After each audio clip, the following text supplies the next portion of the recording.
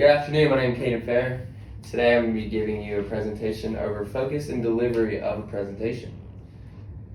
Now, first of all, what is delivery? How do you deliver a good presentation? And just a few simple steps that we look over that we sometimes don't even think of. And it's simply, delivery is what your audience sees and what your audience hears. It's how you present yourself, it's how you stand up in front of a screen, it's how you present yourself in front of an audience. They hear a voice that's either confident and strong, or it's just weak, it's crumbling. A lot of transitions don't go well, don't go smooth. Audience loves a smooth presentation. They love a presentation that they're able to hear, that they're able to understand and be engaged in.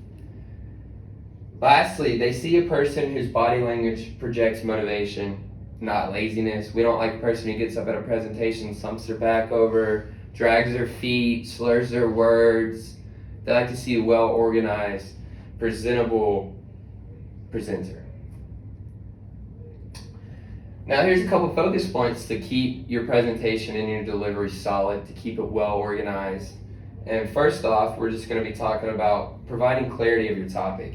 How do we provide good, strong clarity? How do we get our message across clear and where the audience is able to understand it?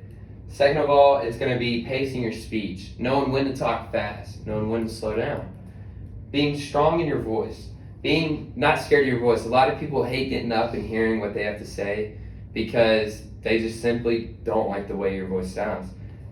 A lot of presenters get up there, they're stumbling in their voice, they're weak because they don't like to be loud. But simply, you have to be confident, you have to be strong, and you have to be loud to provide a good presentation. And lastly, engage your audience. Ask them questions. How are y'all doing today? Y'all doing good? Did y'all have a good day? How's work? Work killing you? Homework? A lot of homework?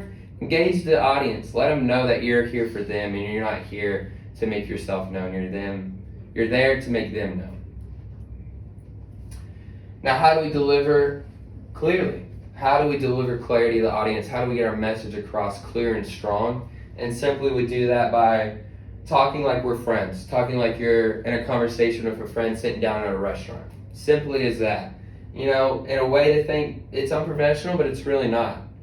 Because you want to be as simple as possible, because the best way to deliver a presentation is through normal language. We don't want to get up here, start throwing words around no one's ever heard before, throwing words around and sound like you're sophisticated or smart. We want to just be able to, relate to the audience, be known, be heard, let them catch what you're trying to put down. Second of all, like I said before, there's no being unprofessional. You can't sit up here and give a good presentation, strong presentation, and clear presentation and be called unprofessional. No one will accuse you of being unprofessional if you deliver a good message. No one's going to ridicule you for being quote unquote unprofessional, for not using sophisticated words. Talk to people. You're talking to people. You're not talking to the president. You're not talking to the businessman or a crazy scientist. You want to just be really relatable, because if the people will understand you, these businessmen, these scientists, these presidents will be able to understand you. Now, how do you pace yourself? Remember that presentations are a marathon, not a sprint.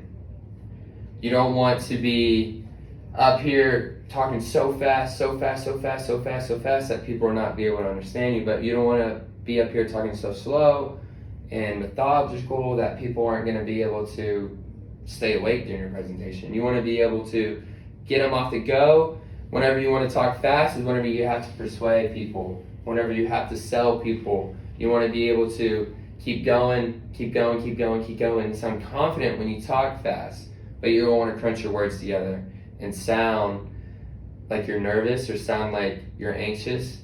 And then you also just want to slow down whenever you want to be relatable, whenever you want to talk to the audience and make them feel known. Now, going off that, talking about speeding up and slowing down, again, a lot of this happens in sales. We've all been around salesmen. We've all been around times whenever we've had to buy a car, possibly a house, ran into real estate agents, car agents, sales agents for insurance. And they all talk fast. They talk really fast because they want to sound confident. They want to prove their point that they're trying to sell. That's how they make money, and being confident, talking people.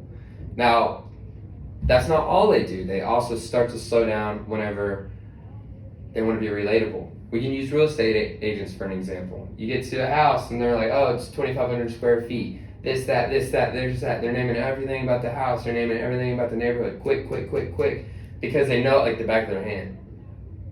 However, then when you sit down at the table, when you sit down at lunch, when you sit down at dinner, they're going to slow down. They're going to talk slow, and they're going to talk relatable because they want to use that pace of speech to sell you on your house, to sell you on that car. They're going to be patient and they're going to be slow, but at the same time, when they want to be confident, whenever you're in their area, that's when they're going to start talking fast. That's when they're going to be confident, because that's how you engage conversation. That's how you engage the audience, is by slowing down, speeding up, knowing when to do that, because that is key. That's key in business. That's key in sales. That's key in just about anything.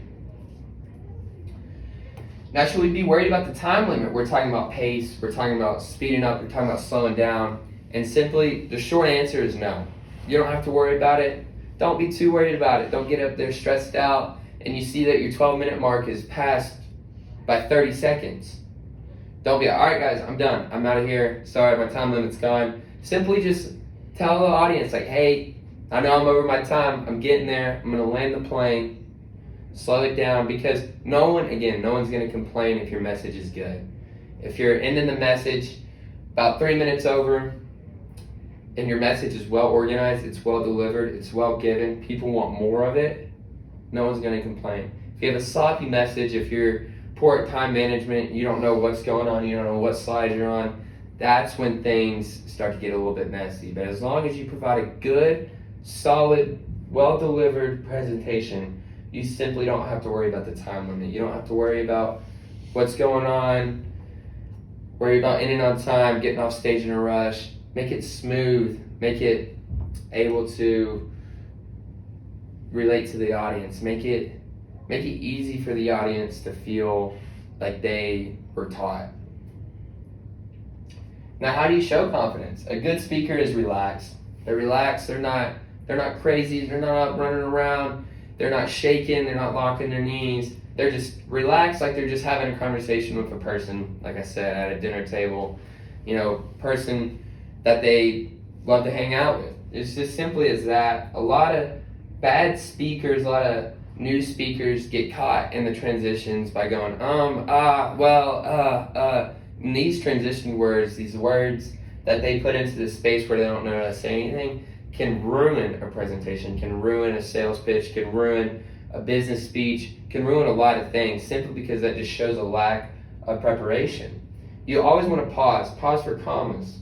Stop whenever you have punctuation. Make sure you're heard clearly, and make sure that you're taking the time to let the audience gain what you're trying to present. Now, how do we keep the audience engaged? We're talking about keeping the audience engaged, getting them feel like they're known, and simply that's just, again, asking questions. Hey, how are you doing? Are y'all doing good? How's work? School going well? Just making them feel human, because you're human, they're human. Again, presentation is just another opportunity for a conversation. You want to have a presentation that asks questions. How can you relate to this? We're talking about presentations today. Now, how can you take this into your business? How you can take this into your school and apply this to make your presentations better? How to stay focused on so many people at once. It's hard because we think of audiences and we think of huge auditoriums. We think a bunch of people. We think of more than one people all at the same time. And now, how do we stay engaged? And simply, it's eye contact. You can focus on the audience when you don't have much to focus about on your content. If you know your content very well, you're able to engage more on the audience. So preparation is key.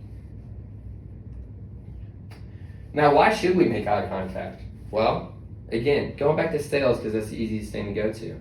Whenever a salesman is looking around, not looking you in the eye, we know they're lying. We know they're trying to squander you out of a good deal, rip you off, take advantage of you. So it's respectable and it's meaningful to the audience, and it's personal to the audience when the speaker is giving good eye contact. Now, here's just a little bit of summary to what we've been talking about. We just want to be clear and we want to be confident. Again, you don't need to sound sophisticated. You want to know your stuff. You want to deliver a good, solid presentation.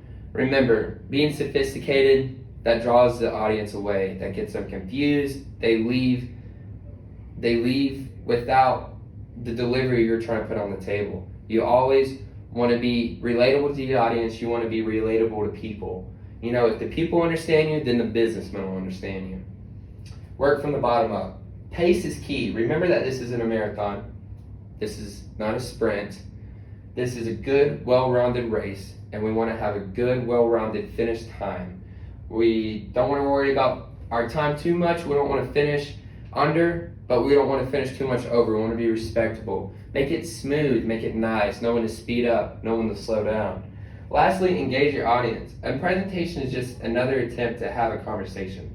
Deliver your presentation in a way that leaves the table open for a new conversation afterwards.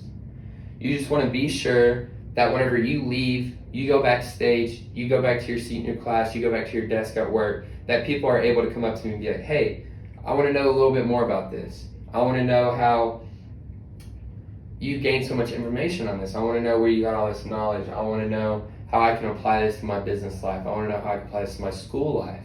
Because again, lastly, I'll leave you with this, because this is the quote of the presentation. The presentation is just another attempt to make a conversation. So lastly, I'll leave you all at that. That is it. Thank you for your time. If you had any questions, please let me know. I love speaking with y'all. Thank you again, and I hope y'all have a great day.